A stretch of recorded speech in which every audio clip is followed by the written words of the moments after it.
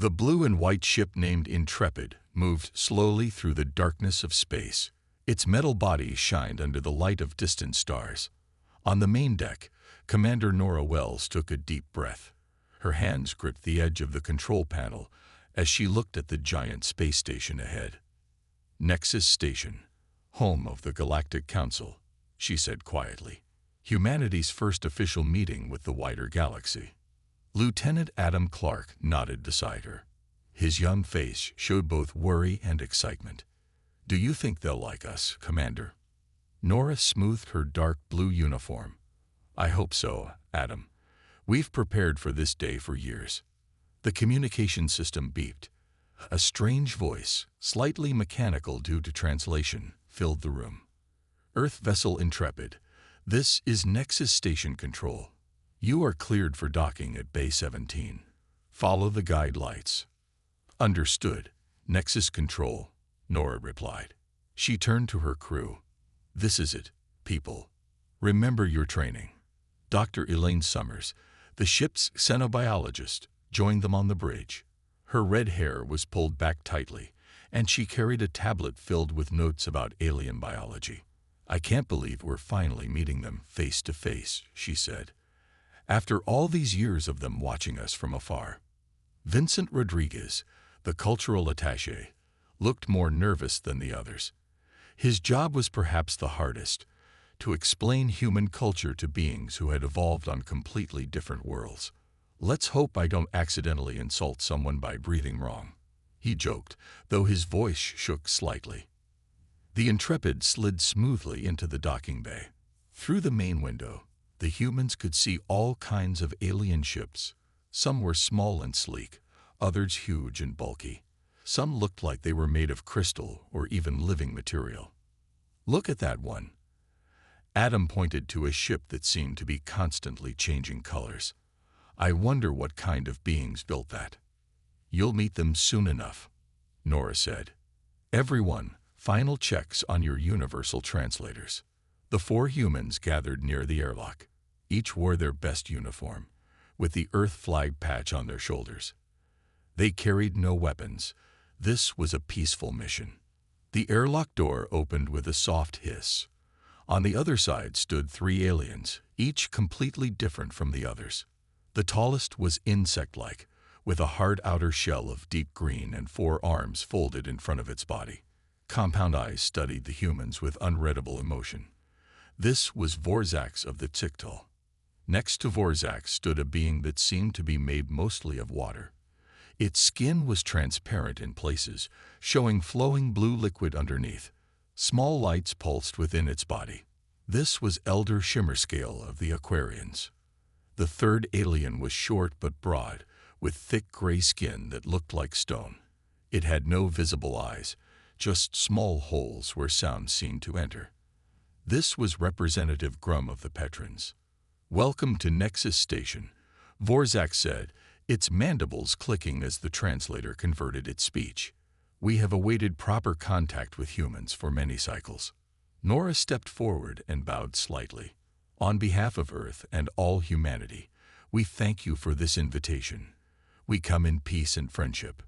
Shimmerscale moved closer, ripples of color passing through its liquid body. "You are younger than most species when they join the Council. This is unusual, but perhaps refreshing." The humans were led through wide hallways filled with beings of all shapes and sizes. Some floated in the air, others slithered along the floor. Small robot translators hovered everywhere, helping different species communicate. "The council chamber is ahead," Grum rumbled, its voice like stones grinding together. "They wait to hear about your world." Vincent leaned close to Nora. "Remember, Commander, they'll ask about everything. Our governments, technology, culture, even how we raise our children." Nora nodded. "Just standard cultural exchange. Nothing to worry about." How wrong she was. As the massive doors to the council chamber opened, none of the humans realized that their normal, everyday practices would soon create the biggest diplomatic crisis in Earth's history. The council chamber was a huge round room with rising seats that circled up like a bowl. Hundreds of different aliens sat watching as Nora and her team stood in the center.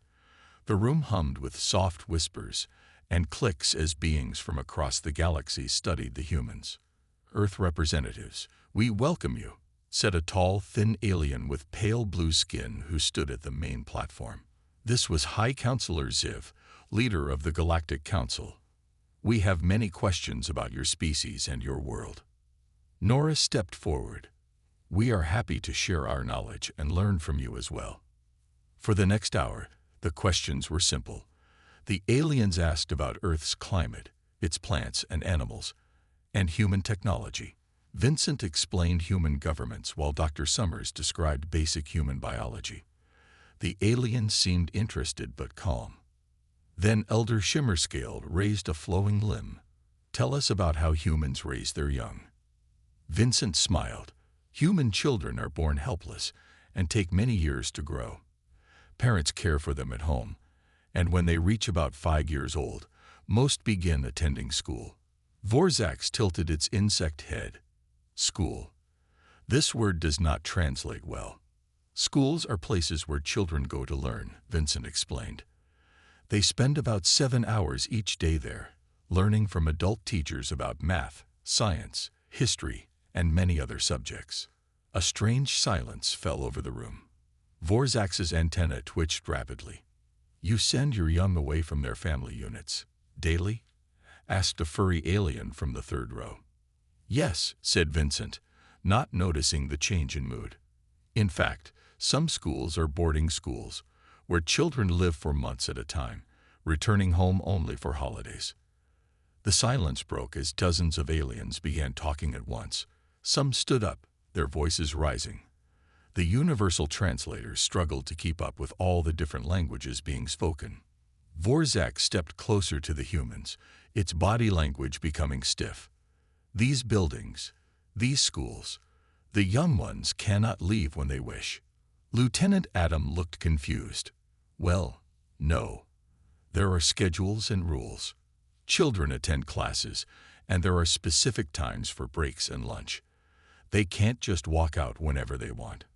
More upset noises filled the room. Elder Shimmerscale's body was no longer peaceful blue, but had turned an alarming orange-red color. "And if a child tries to leave this place without permission?" asked Grum, the stone-like alien. "They would be stopped by teachers or staff," Nora said slowly, starting to sense something was wrong. "It's for their safety, of course." High Counselor Ziv raised his hands for quiet. "And these young ones are kept separate from their parents during this time. They cannot see them or communicate with them." "Well, in emergencies parents can be contacted," Dr. Summers said. "But generally no. The children are under the supervision of teachers and school staff during school hours." Vorzax's mandibles clicked rapidly. "So they are held against their will, separated from their family units, not allowed to leave, and forced to perform tasks assigned by adults who are not their caregivers." Nora blinked. "That's not really how we would describe imprisonment," shouted a small green alien from the back. "They imprison their young." The word seemed to echo around the chamber.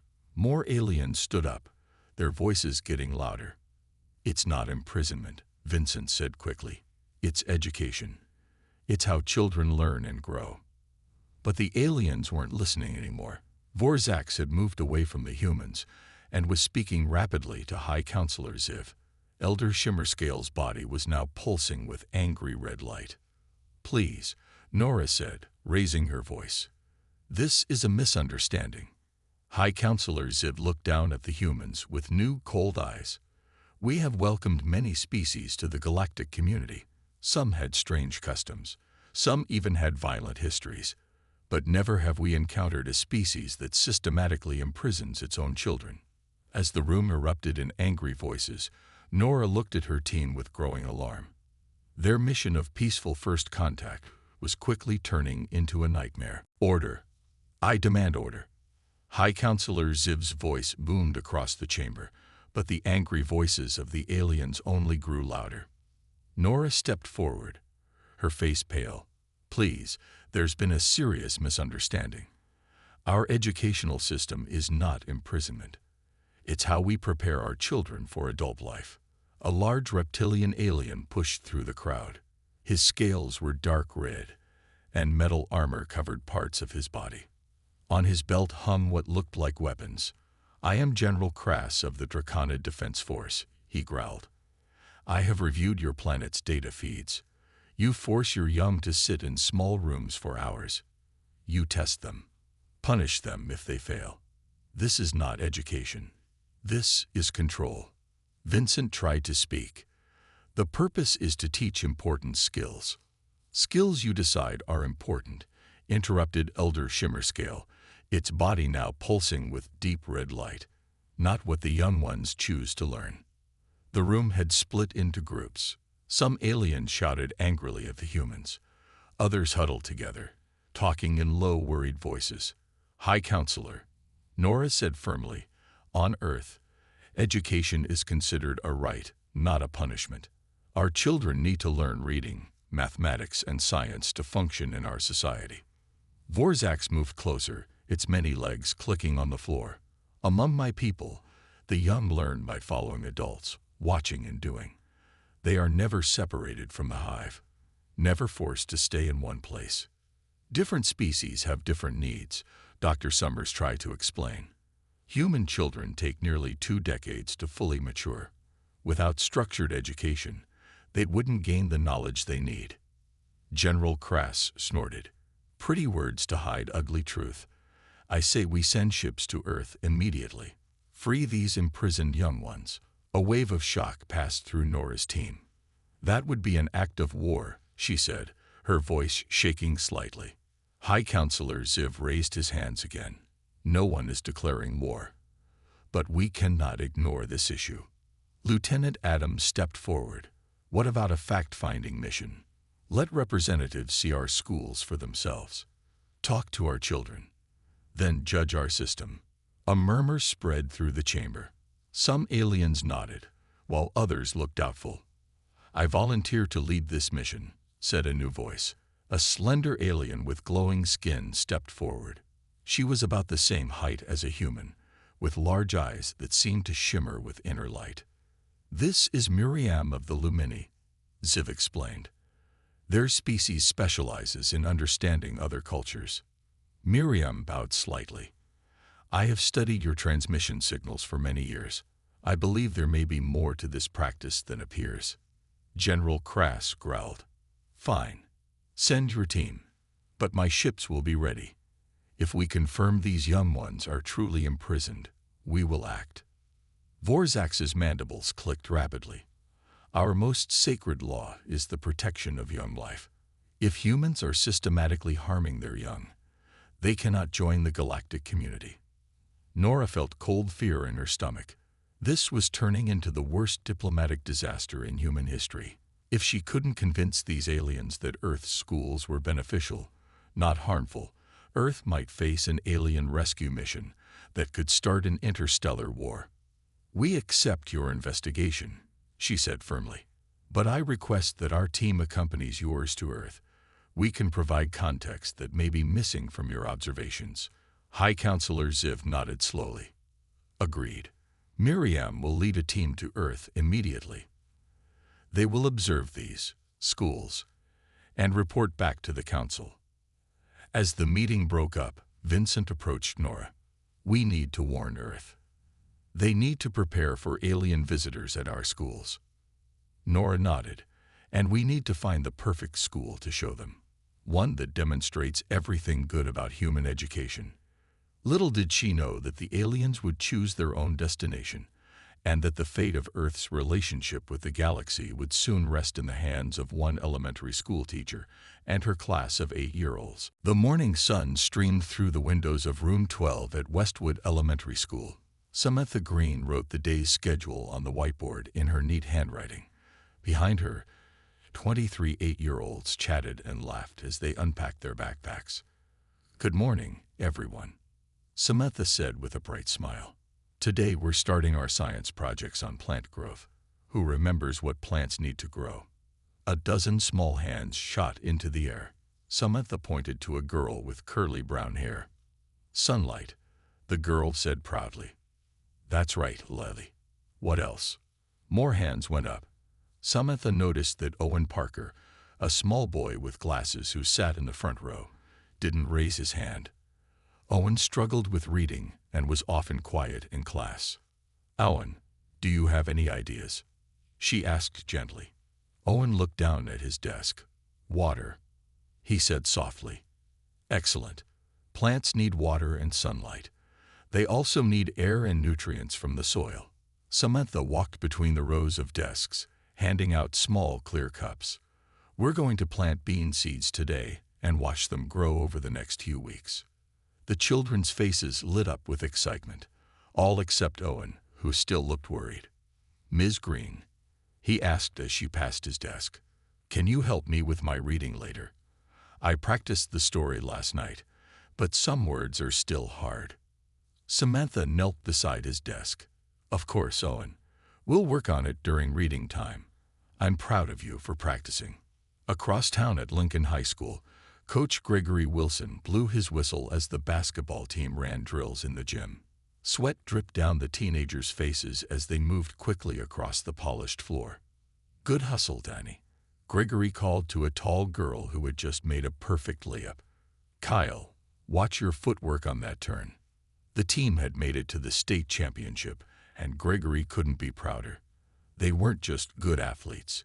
They were good students, too.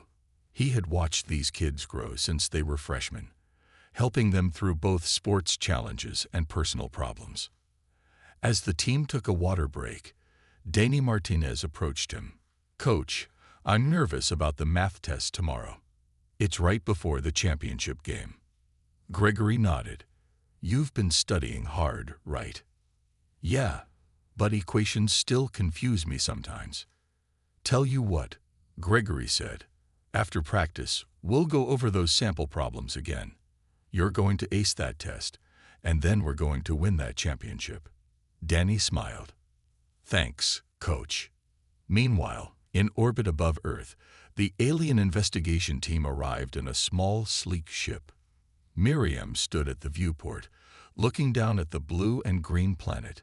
How do we decide which educational facility to visit? Asked one of her team members, a bulky alien with 6 eyes.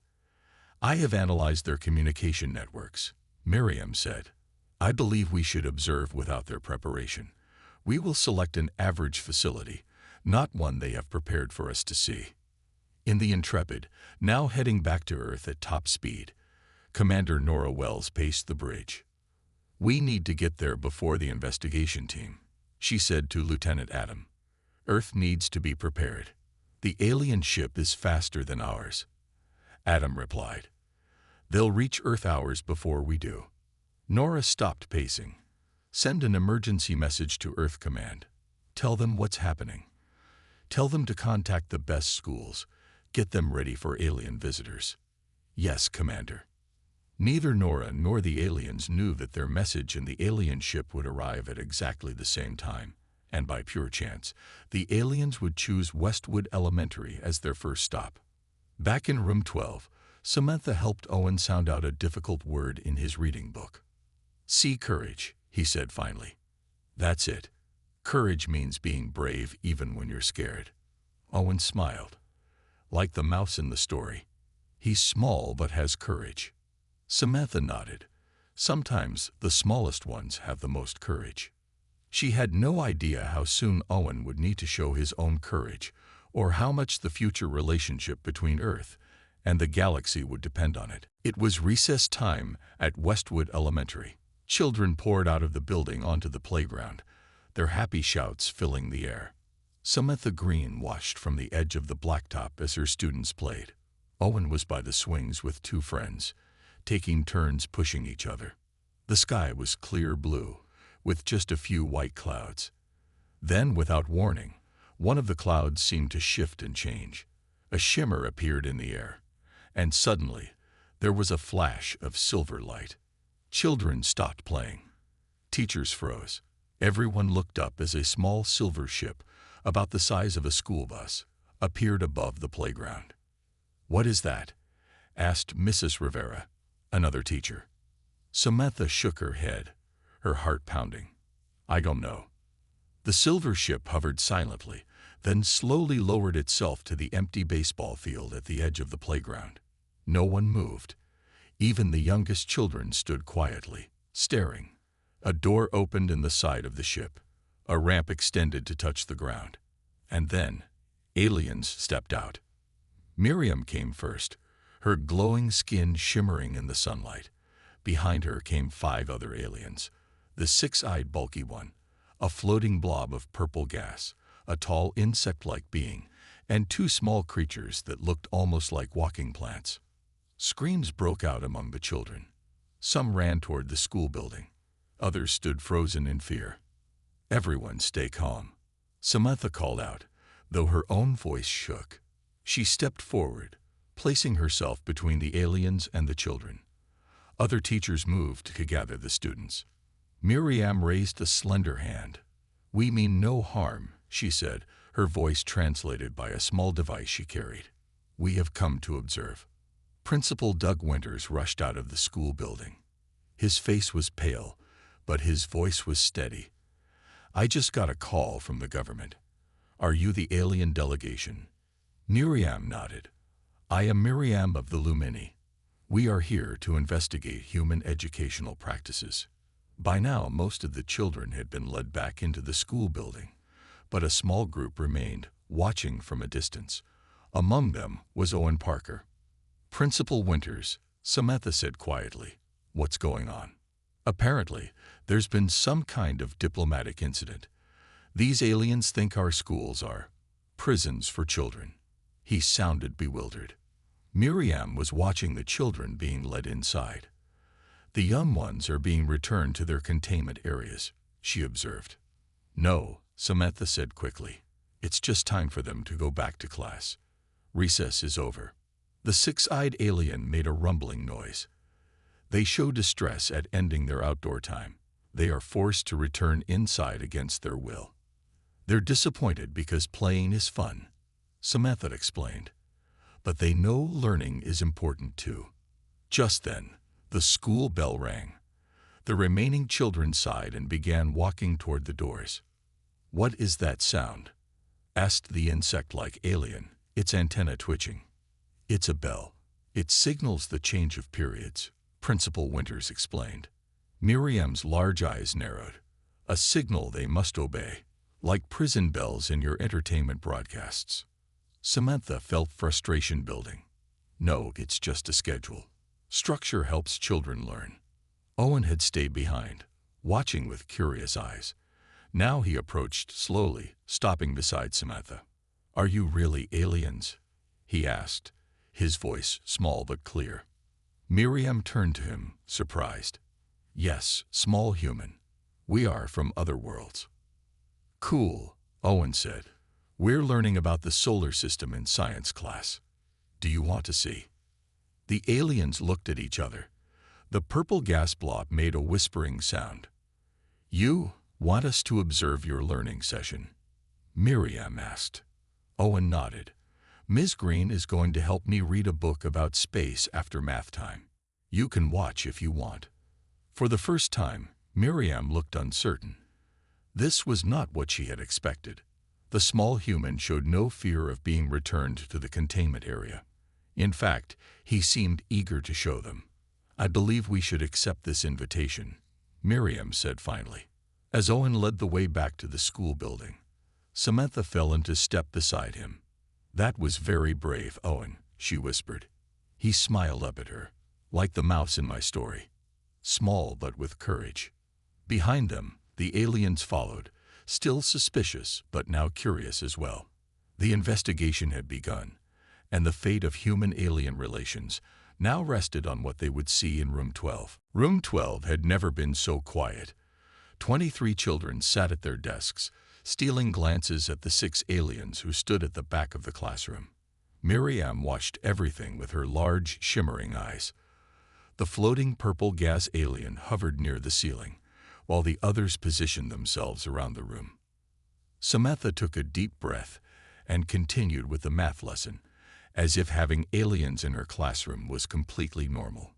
"Today we're going to practice multiplication," she said, writing 5x3 on the whiteboard.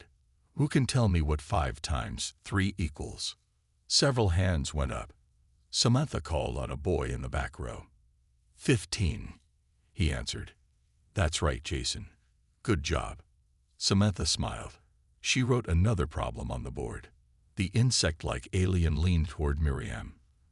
The young humans compete to answer questions, it whispered. Is this how they avoid punishment? Owen, sitting in the front row, heard this and turned around. We're not competing, he said. We're learning together. Ms. Green gives us stars when we try hard, even if we get the answer wrong. Miriam looked surprised. You are not punished for incorrect answers. No, Owen said. Ms. Green helps us figure out what went wrong so we can do better next time. The aliens watched as the math lesson continued. They saw children working together to solve problems. They noticed how Samantha moved around the room, helping students who were struggling and praising those who were trying hard. When math time ended, Samantha announced it was time for reading. The children cheered and moved to a colorful corner of the room with cushions and a small bookshelf. They show pleasure at this next activity, the six-eyed alien observed, sounding confused. Reading is many students' favorite time of day, Samantha explained. They get to choose books they're interested in. The aliens watched as children settled with books about dinosaurs, space, fairy tales, and adventures. Owen picked up a thin blue book and brought it to Samantha. I practiced this one, he said. Can we read it together now? Samantha sat on a small chair, and Owen sat beside her. The aliens moved closer to observe. The Brave Little Mouse. Owen began, reading the title slowly. He opened the book and started to read, his finger moving under each word. Once upon a time, there was a small mouse who lived in a big forest. The mouse was afraid of many things. Owen paused at the next word, struggling. Sound it out, Samantha encouraged gently. But, Owen continued. Even though he was scared, he wanted to explore the world. The aliens watched in silence as Owen read through the story, sometimes stumbling over words, other times reading smoothly. Samantha helped when needed but let Owen work through most challenges himself. When Owen reached the end of the story, he looked up with a huge smile. I did it. I read the whole book. You did it. Samantha high-fived him. That was excellent reading, Owen. You've improved so much. The other children clapped, and Owen beamed with pride. Miriam stepped forward.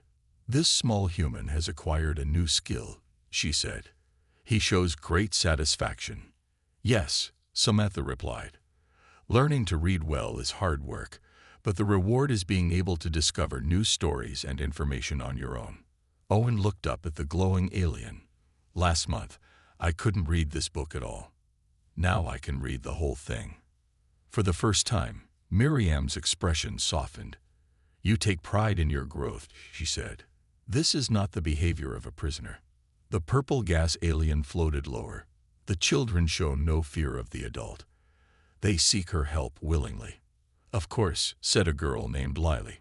Ms. Green is the best teacher ever. She makes learning fun. The six-eyed alien rumbled. Perhaps we have misunderstood the purpose of these facilities. As the school day continued, the aliens observed art class, where children created colorful paintings, and science time, where they checked on their bean seeds. Everywhere, they saw children engaged, curious, and happy. When Commander Nora Wells finally arrived at Westwood Elementary, rushing in with Lieutenant Adam and a team of government officials, she was shocked to find Miriam helping a group of children build a model of the solar system. What's happening here? Nora asked, confused. Miriam looked up, her skin glowing with a new, gentle blue light. I believe, she said slowly, that we have much to learn about human education. 1 week later, the Galactic Council chamber was filled once again. Commander Nora Wells stood with her team, but this time, Samantha Green and Owen Parker were with them. Owen looked around with wide eyes, amazed by the many strange aliens. High Counselor Ziv called the meeting to order. We have gathered to hear Miriam's report on human educational practices. Miriam stepped forward, her skin glowing a calm blue. Fellow council members, I must report that our initial understanding of human schools was deeply flawed. Murmurs spread through the chamber. General Crass, the reptilian military leader, leaned forward with a scowl. After observing multiple educational facilities, Miriam continued, "We have concluded that these are not places of imprisonment. They are centers of growth, learning, and community." She gestured to a large screen, which showed images from Westwood Elementary and other schools the investigation team had visited. Children laughing on playgrounds, students working together on projects, teachers helping students one-on-one. Human young require many years to develop, Miriam explained. Their schools provide structured environments where they can gain knowledge and skills safely. The children we observed were not prisoners but eager participants. Vorzax, the insect-like diplomat who had been so angry before, clicked his mandibles thoughtfully. The young ones showed no signs of distress. Some activities were challenging for them, Miriam admitted, but this challenge brought growth and pride in their accomplishments. General Crass wasn't convinced. If these places are so wonderful, why can't the young ones leave when they wish? Samantha stepped forward. Nora had warned her about speaking to the council, but she felt she had to explain. Human children need protection, she said clearly. They're not yet ready to navigate the world alone. School rules and schedules keep them safe while they learn. The council members looked at each other. Elder Shimmerscale, now a thoughtful blue color, spoke up. Among my people, the young ones remain in special water nurseries until maturity. Perhaps this is not so different. High Counselor Ziv turned to Owen, who stood half-hidden behind Samantha. Young human, do you feel imprisoned in your school? Owen swallowed hard, then stepped forward. No, sir. I like school. Before, I couldn't read very well, and that made me sad. But Mides Green helped me, and now I can read whole books by myself. Next year, I want to read chapter books. His simple words seemed to touch the council members. Even General Crass looked less angry. It seems we have made a serious error in judgment, High Counselor Ziv announced. On behalf of the Galactic Council, I offer our sincere apology to humanity. Nora bowed slightly. We accept your apology and understand how the misunderstanding occurred. Different species have different needs and methods of raising their young. Vorzax stepped forward. Perhaps there is something to learn from each approach. I propose an exchange of educational methods between our worlds. An excellent suggestion, Ziv agreed.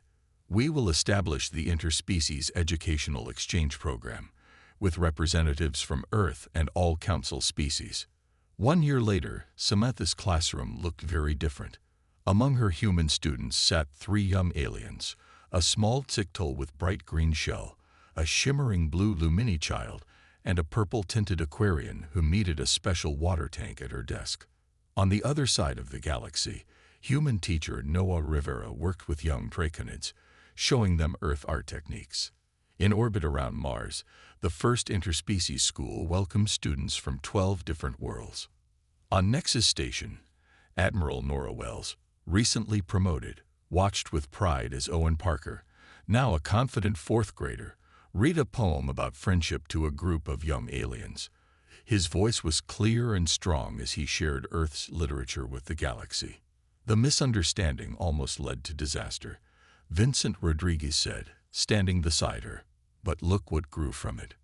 Nora nodded. Sometimes our biggest differences can become our greatest strengths when we take time to understand each other. In the council chamber nearby, the newest addition to the Galactic Charter was being approved. Education and protection of the young shall be honored in all its diverse forms across species, with the welfare and growth of young ones as its guiding principle. What had begun as a terrible misunderstanding had transformed into one of humanity's most valuable contributions to galactic society, a reminder that even in the vastness of space, caring for the next generation was a value that could unite all intelligent life.